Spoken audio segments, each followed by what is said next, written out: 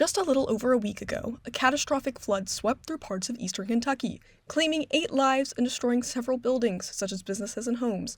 And in the small town of Chavies, it was more than just a church that was impacted. Located just outside of Hazard, Kentucky, the Chavies First Church of God took a hit harder than they could have imagined.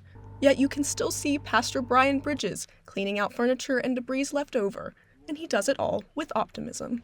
And when you come from a small community, and I grew up in a small community, and then coming here, it becomes family, whether they go to this church or not. We're looking forward to being able to get restored. A Virginia native, Bridges came to Chavies over a decade ago and became an associate pastor at the church. Not long after, he took on the main role. Now, he's recovering anything he can from not only the worship building, but their food pantry. The pantry is pretty much a loss as far as the material.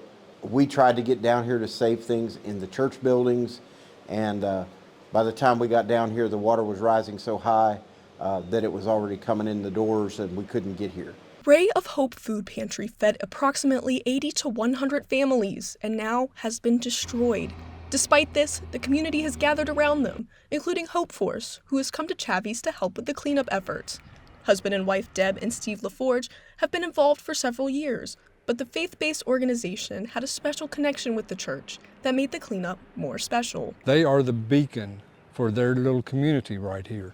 And so to get them up and running so that they can become like a distribution center, that is critical. That's the kind of things you need to get back online as soon as possible. So even in the midst of their own disaster, they're still, a community hub.